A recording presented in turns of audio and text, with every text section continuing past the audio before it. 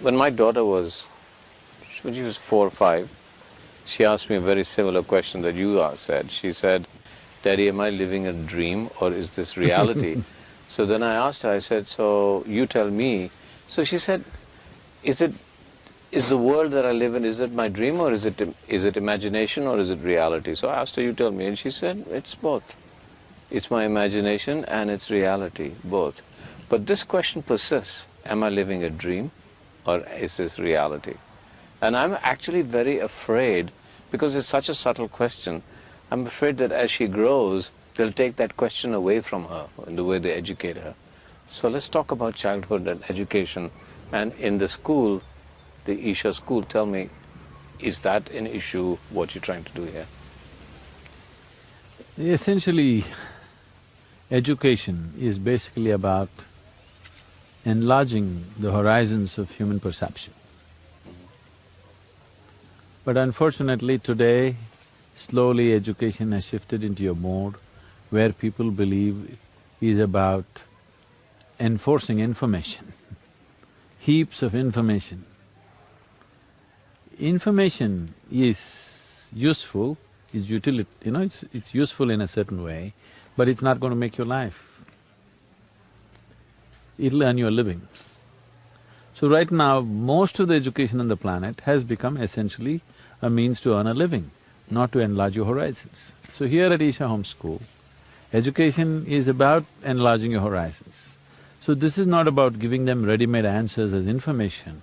This is to have an active intelligence which constantly searches and seeks and looks at everything in every possible way. Above all, to know the joy of wondering about life, not having ready-made answers for everything. Ready-made answers are religion. It's not life. And so the question everybody's going to ask you is, in this highly competitive world, are you saying that they'll come out non-competitive, or they will have such awareness that they'll make it become even more, their ability to deal with this world will be more precise? See, when you're competitive, suppose you and me are walking and you're in competition with me, you will either get to walk slightly faster than me or probably less than me and feel depressed about it. If you walk little faster than me, you are going to be thinking you've reached the peak of your life. If you fall behind me, you'll feel depressed that you can't walk as fast as me. But if you're not in competition with myself, you would explore the possibilities of what you could do, and maybe we don't know you could fly. I can walk fast, maybe you could fly, but you will miss out the possibility of flying because you're in competition with me. All you want to do is take few steps more than me. So the very human potential is distorted because people are in competition. Right now people believe that you will not propel yourself to your fullest if you're not in competition, which is a very false idea. It's a very, very false idea.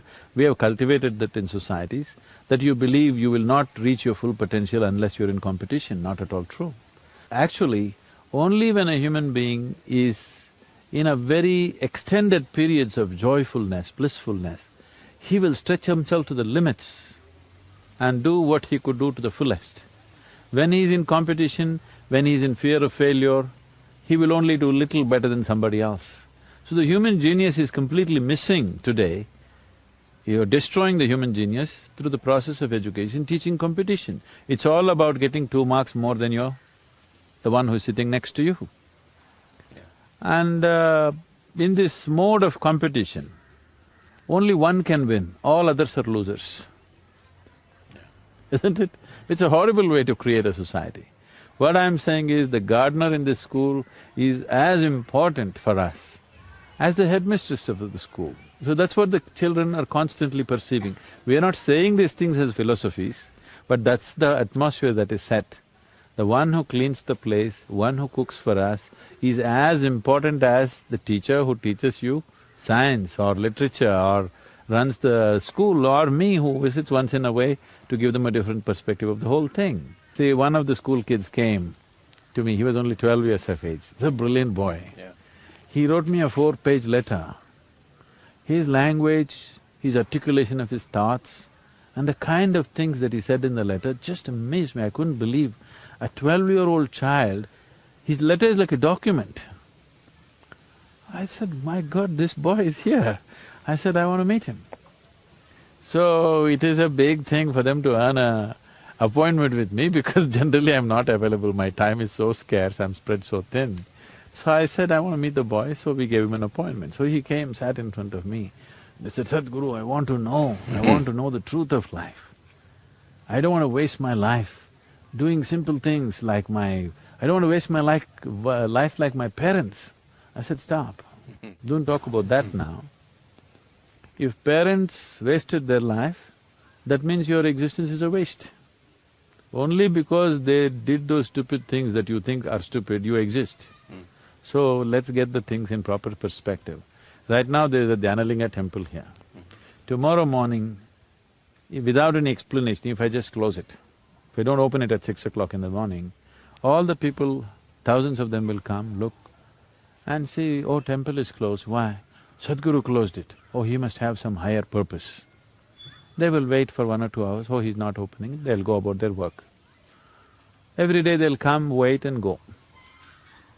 Suppose I close the kitchen without any explanation. If I close the kitchen, they'll come for lunch at 10 o'clock in the morning and they will see, oh, it's closed it. Oh, Sadhguru has closed the kitchen, no food today means something really spiritual is going to happen. He's going to give us something today. Maybe it's a great party in the evening. Evening you come, again it's closed. Tomorrow again it's closed. Next day if it's again closed, you'll forget of your spirituality, you'll start a revolution in the ashram. Yes? Right. Suppose without any explanation, I shut down all the toilets in the ashram. Within 2 hours there'll be a revolution. So I asked him, tell me which is more important, temple or toilet?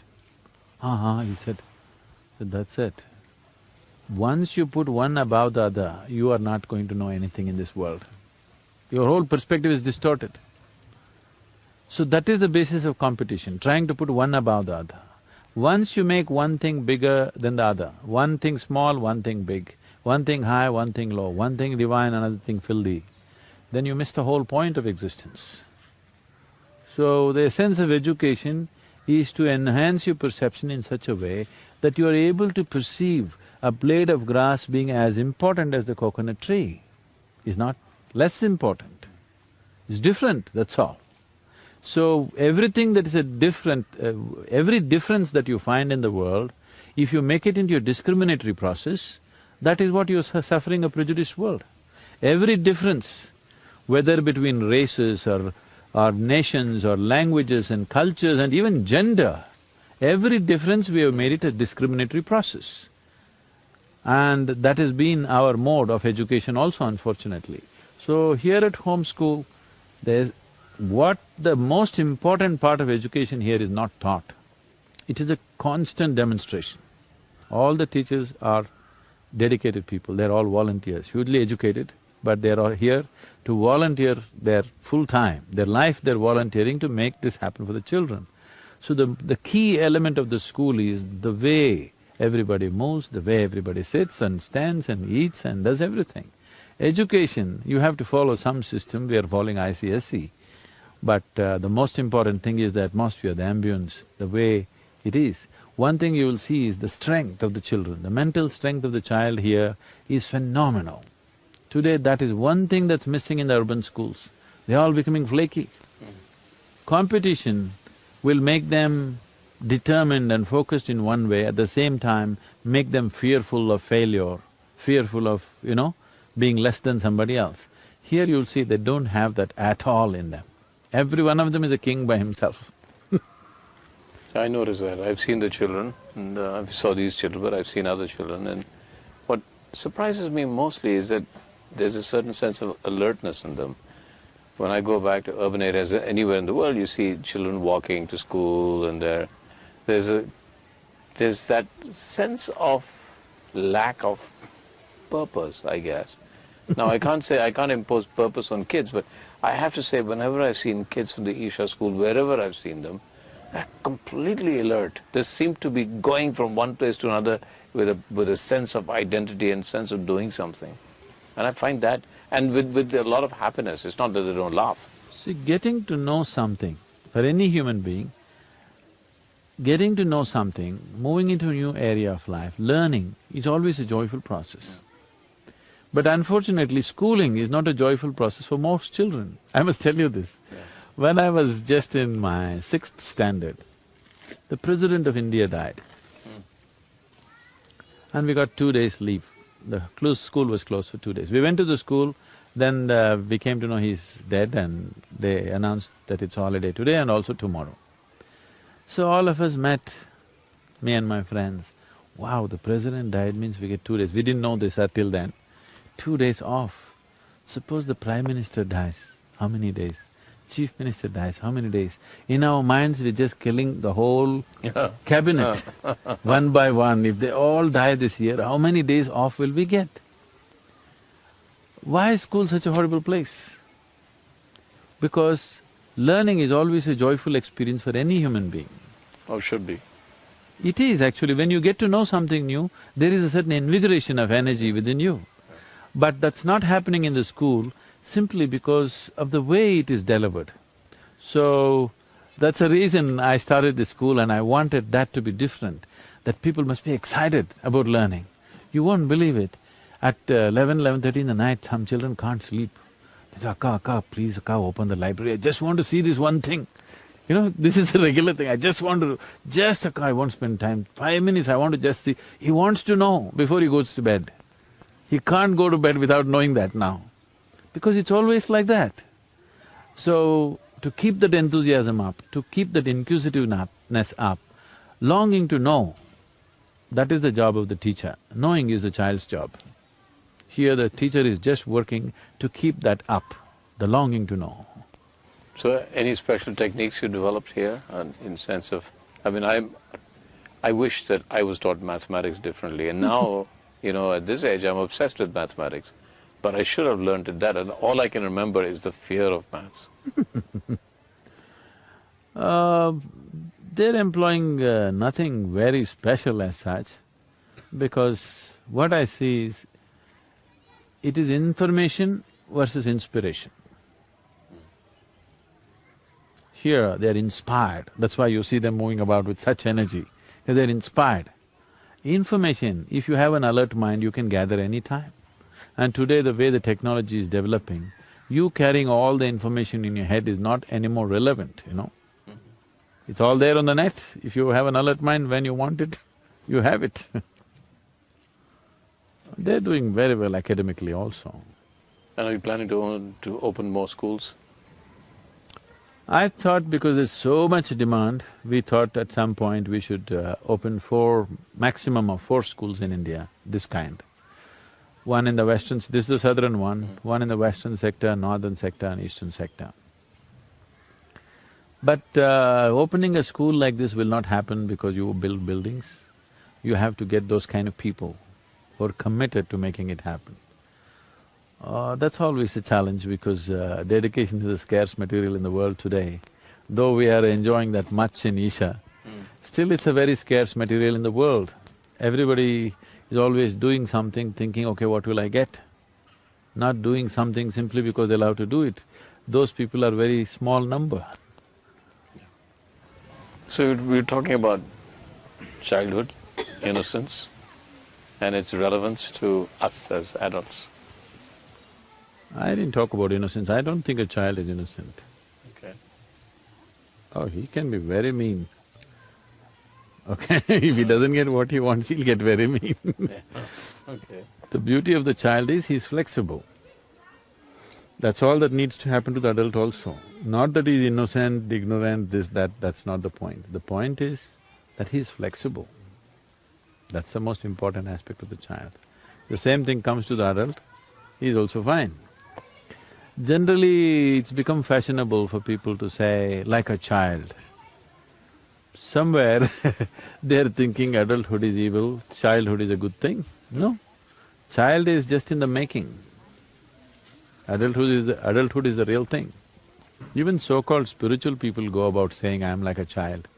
So I keep asking people, do you really want to be a child? Suppose at the age of 6, your body and your mind stopped growing and you remained a child, Is that a great thing?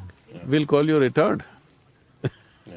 isn't it? Yeah. Isn't it good you've grown out of your childhood? Because you made a mess out of your adulthood, you are aspiring for your childhood. I think adulthood is great. Do you think the children have that kind of perception that we then have to work towards? Do you think we need to uneducate ourselves? Do you think that the normal learning processes that we go through in modern day life is actually lessening our ability to become greater human beings or more perceptive? No, Shekhar, the thing is, what you know is not the problem in your life. The more you know, the better it is, okay? That's why you're trying to know. But now you're complaining, knowing is a problem, I have to unlearn. No, I wouldn't say that. Knowing is not causing… what you know, knowledge is not causing problem. You're identified with what you know, that is what is causing problem. If you learn to be not identified with what you know, all that you know, whether it is considered great knowledge or it's considered filth on the street, both are useful actually to live a life, isn't it? So knowledge is not the problem. You get identified with every bit of information that you gather, that is the problem. Identity is the problem, knowledge is not the problem. So you're… somewhere when you say, I want to be like a child, you're celebrating ignorance. And I'm singing Asatoma Sadgomaya and you're saying No, knowledge is not the problem, knowledge is not the burden, identity is the burden. You get identified with limited things that you know, that is a problem. So let's talk more about identity. Let's explore the idea of identity.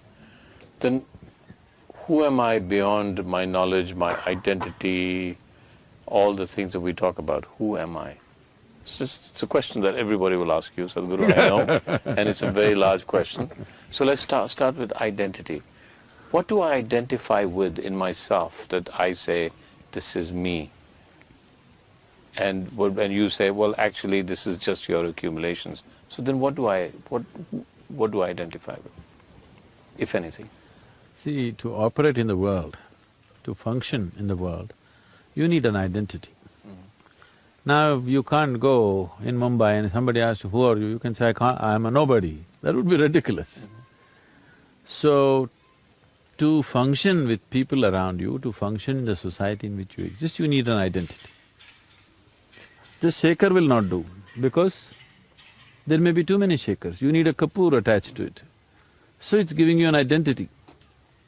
If you say Shaker Kapoor, even if I don't know anything about you, just listening to your name, one thing I know, oh, he's from India. Okay? You may not be identified as an Indian, but I know you're obviously of Indian origin. Listening to Kapoor, I think, okay, he must be somewhere this region of India. So, it gives certain access, ability to function with each other, so we have certain cultural identities. So in that sense, identity is perfectly fine. But if you believe I'm that, then you're in a mess. It limits you in a huge way. If you believe I am a Kapoor, then you are in trouble because your identity limits you. Because the very way the human mind works is, your mind works always around your identity.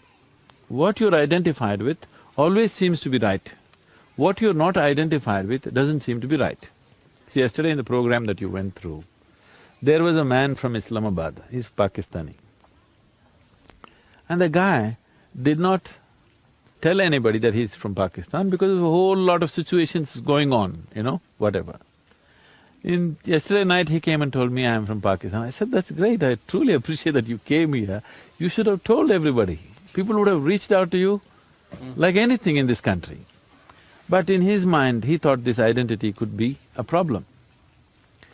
So being an Indian and a Pakistani is essentially a political identity which just popped up 50, 60 years ago, okay? Before that, there was no such thing. Suddenly we became this. Where did this come from? We invented it, right? Somebody drew an artificial line and said, those who fall this side are Indians, those who fall that side are Pakistanis. And just see how much trouble, because you're identified with that. Now, having an identity for practical purposes of operation in the world is one thing, but having an identity to make yourself into something within yourself is a different thing. You're trying to build your essential nature with your identity, that's a big mess. That means you will not be a being, you will not be a human being, you will just be a thing, an idea, a thought, an opinion, or a bundle of prejudices which go with that identity. Every identity is a prejudice. The moment you are identified as an Indian, everything Indian seems to be nice to you. Something else which is against the Indian is also against you. It's not a thing that you have to think, it just works like that within you. And that would apply to, so I'm Shekhar Kapoor, that's my name, I'm a father, I'm a filmmaker, all of that is identity. Yes. So all of that, so I understand, so how do you go beyond identity, because that's what we've Now done. you want to function in Bollywood, you have people… it's better people know that you're a filmmaker, otherwise nobody will ask you to make a film. Yeah. So there, to work in the world, it's necessary. But if you believe, I am a filmmaker and that's what I am, I think it hugely cripples you, because your mind will work only around that. The deeper your experience of life, the better filmmaker you would be for sure, isn't it? The better anything you would be for sure, isn't it? Now there is a school teacher teaching 6-year-olds, but that person, how deep that person's experience of life is, that better a teacher he or she is, isn't it so? How deep my experience of life is, that better a guru I am, isn't it so? Isn't that true with filmmaking? Yeah. But the depth of your experience will be crippled the moment you identify yourself with something. You can deepen your experience only if you're wide open to everything, isn't it? I agree. So, who am I? I come back, keep back, I keep saying. Now you're asking me who you are, Yeah. this is a problem. Yeah. Who am I if I'm… If you ask me who I am, Yeah. is different. If you go to anybody and say, who am I, that's… then they'll take you to psychiatric ward. All right, I'll risk that. I'll risk that. Who am I? So right now, the human condition is such that without knowing anything about the nature of his existence, he is trying to make a living. Without knowing anything about what this is, he is trying to somehow pass through the world. Obviously, it is going to be very accidental, isn't it? So when a person is going through his whole life in an accidental manner, he being in a great sense of anxiety, fear, struggle is very natural. And now we are going about describing life, life is struggle. Life is not struggle. If you are blind, walking from here to there also is a struggle. If your eyes are open, joyfully you can walk through. So life has become a struggle because there is no clarity of perception as to what is me, what is the world, what is the nature of this existence, there is no perception. So if I tell you, you are a human being, it satisfies you, but if you think a little more, it doesn't work. If I tell you, you are Atman, you are a soul, it satisfies you. If you think a little more, even that doesn't work. So whatever I'm going to tell you is not going to work. So only if your perception takes you there, because only what you perceive you know. What somebody else tells you is only a story. It may be a true story, but still a story, isn't it? Stories will entertain you, stories may inspire you, stories may solace you, but stories will never be a solution in your life. Stories will never realize you, isn't it? So there's no alternative to working hard towards perception? No, again, working hard, why should you work hard to become yourself? If you want to become something else, you have to work hard. To be yourself, why should you work hard? There's no working hard, anyway you're that. Enlightenment is not an achievement, it is just a realization. When we see, this must be very, very clear. This is a realization. We say self-realization, God-realization. When we say realization, it simply means you only perceived what is already there. You didn't invent something, you didn't create something, you didn't attain something. What was already there, you just realized. Yes? So it is a realization, it is not an attainment. Then why is it so difficult? I mean, what you're saying is very simple, it's there, everything is creation. Why is So why is it so difficult?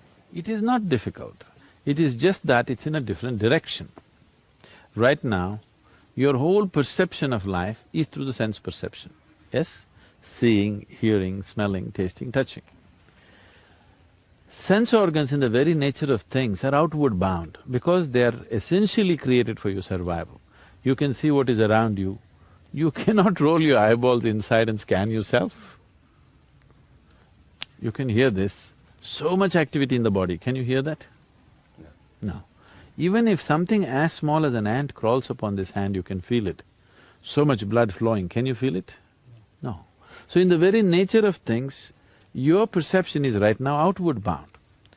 But the basis of your experience is all inside of you. See, right now, you see me. You think, you believe you see me sitting here, but it's not true. Actually, in your experience, you are seeing me within yourself. Light is falling upon this, reflecting, going through your lenses, inverted image in the retina. The whole experience is inside, isn't it? You hear me within you see me within you see the whole world inside of yourself, the way it's projected. Everybody is a filmmaker, actually. Okay. Isn't it? Yeah. They're projecting the world inside, the way it's projected. The same world may not be projected the same way as it is being projected within you, within the experience of an insect which is sitting there. In the bird, it is different. In the dog, it's… dogs don't see the color. If you wear all the colorful clothes and come, they just stare at you because you're all black and white. Today, there is substantial knowledge about this thing that neurologists are telling you, whatever you see is broken, the information is broken into 14 different aspects, and you are actually seeing me in 14 different parts of your brain, not in one place. If one part of it doesn't work, you may not see the color. In another part doesn't work, you may not see the texture. So, you understand this being a filmmaker, isn't it? You can take a camera and do this to get the color right, to get the texture right, to get the form right, to get everything right. There is a certain thing involved. So all this is happening within you in many different ways. It is just not the way you're seeing it, it's in many different ways as it is necessary for your survival. What is day for you is night for somebody else, isn't it? Another creature thinks it's night.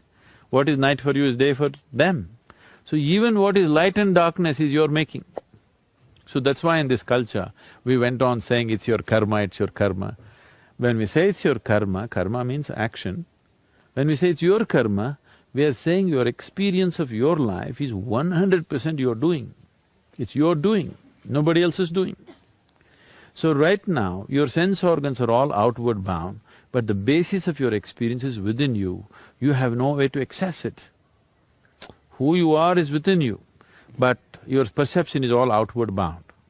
So this is like, someone came looking for Isha Yoga Center to a close-by village. And they asked a local boy, how far is Isha Yoga Center? And he said, it's 24,996 miles. I said, what, that far away? He said, yes, the way you're going. If you turn around, it's only 4 miles. So right now it seems difficult because you are facing west and wanting to watch the sunrise. It's a very difficult thing. If you turn around, it's a very simple thing. So this turning around to look inward, the necessary basis has not been created in the society today. There was a time when spiritual process was the main thing in this society, in this culture. At that time, any number of realized beings. Realized being was not a rarity in this culture. People had sages and saints just about anywhere, isn't it? Because there was necessary infrastructure. At that time, in a village, there would be only one person who could read. I remember this when I had a farm in Karnataka. There's only one person who can read in the village. Everybody gets their personal letters for him to read, A wife wants to read a letter that her husband has written. A postcard comes. She goes to this man and he has to read. So he reads and interprets it in a million ways that he knows. So, just literacy was a rare thing because the necessary infrastructure was not there. And it looked like one strange mystical thing that somebody is able to look at the postcard and say all these things look like a great mystical thing. Right now, that's exactly what you're talking. Why is it so difficult? It's not difficult because we did not maintain that infrastructure of inward looking in the society. You did not cultivate that right from your childhood. Now it looks like a faraway thing. Suppose you did not know how to read and write. If you look at a book and somebody looks at a book and saying all these things, would look like a mystical process, isn't it? Okay. We haven't invested in that direction. So that's exactly what we're trying to build now, to build an infrastructure of spiritual process in the world, to give the necessary infrastructure, because no society has invested enough towards the inner well-being of a human being. We have hospitals, we have schools, we have toilets, we have this, we have that, but we don't have enough infrastructure for the actual well-being, the inner well-being of a human being, because your well-being and whatever else you go through, your joy and misery happens within you. Your pain and pleasure happens within you. Agony and ecstasy happens within you. Everything that happens to a human being happens within you. For that we have not built any infrastructure. So there was a time, there used to be… They say Krishna built about 1400 ashrams across the country, in the northern plains, because he felt that's an infrastructure that's needed for the society to live well. So we don't have such infrastructure. Okay. Do what you don't do. I think you must look at yourself very carefully, because the children are picking up everything rapidly and they'll exaggerate everything that you're doing. So, one foremost thing is, at least make yourself in such a way that you would like to be. Somebody may not approve, it doesn't matter. At least you made yourself in such a way that you like the way you are. Gurus… No, women will not make good gurus, nor will men make good gurus. Unless you know how to be beyond the two, you can't be this. If you're a man or a woman, if you're stuck with your gender, then there's no chance of being a guru, because you're looking at the mechanics of life in a completely different way. You're just looking at life as life. All the problems on the planet is simply because everybody has their own mission. And these missions are creating variety of conflict. If all of us sit here without any mission, mission means an assumed position of importance and agenda, individual agenda. If all of us can sit here, what is a human being longing for? Every human being. All of you, wherever you are right now, you would like to be little more than what you're right now, isn't it so? Hello? Yes. If that little more happens, what? Little more? If that happens, what? So it looks like in installments you're going towards something. How much more would settle you for good? Let's look at it right now.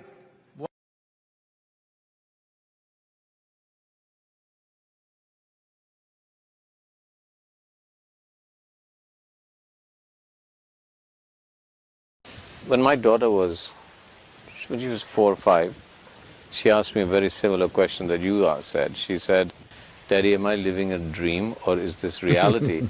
So then I asked her, I said, "So you tell me." So she said, is the world that I live in, is it my dream or is it imagination or is it reality? So I asked her, you tell me, and she said, it's both. It's my imagination and it's reality, both. But this question persists, am I living a dream or is this reality? And I'm actually very afraid, because it's such a subtle question, I'm afraid that as she grows, they'll take that question away from her in the way they educate her. So let's talk about childhood and education. And in the school, the Isha school, tell me, is that an issue, what you're trying to do here? Essentially, education is basically about enlarging the horizons of human perception. But unfortunately today, slowly education has shifted into a mode where people believe is about enforcing information, heaps of information. Information is useful, is it's useful in a certain way, but it's not going to make your life. it'll earn you a living. So right now, most of the education